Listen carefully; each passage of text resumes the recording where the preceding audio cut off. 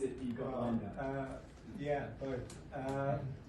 So Shankara alluded to it earlier, I'm not sure if she knows about this, but so the Sri Chinmoy Marathon team in New York put on the world's longest race, which is 3,100 miles around one block in New York City. And I am hoping to take it on next year.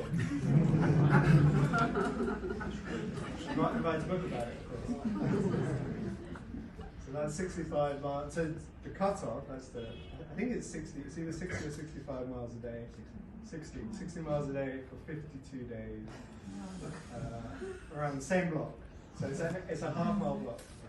That's it. I don't know how many people really know about this, but I don't make, where that, my body can withstand the training, and if the race happened, because every year the race, well, I've been in contact with the race directors, and they kind of make out every year that it's going to be the last one because they're all getting so old, but then every year it happens. And someone has told me there's a few younger people coming through to help these days keep the race going, and it's getting more and more well known. So I feel like there was quite a good film about it a couple of years ago. It was released, and so I feel like someone will keep it going. How are you going to train for that? That's the thing. There's no training plan for that.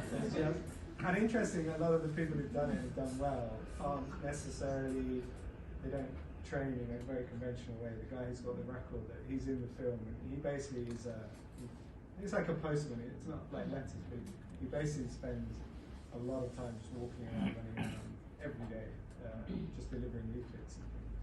Not that I'm going to do that, but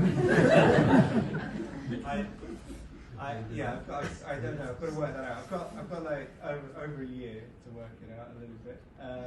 I have been talking to a guy called Bobby Britton who coached a guy called Dan Lawson to break the Land's End to John O'Groats record. So he's got some ideas, maybe because you can't train, you can't do epic runs that often, because if you go out and do a 50-mile run, that will wipe you out for a week, and that's not really an efficient way to train.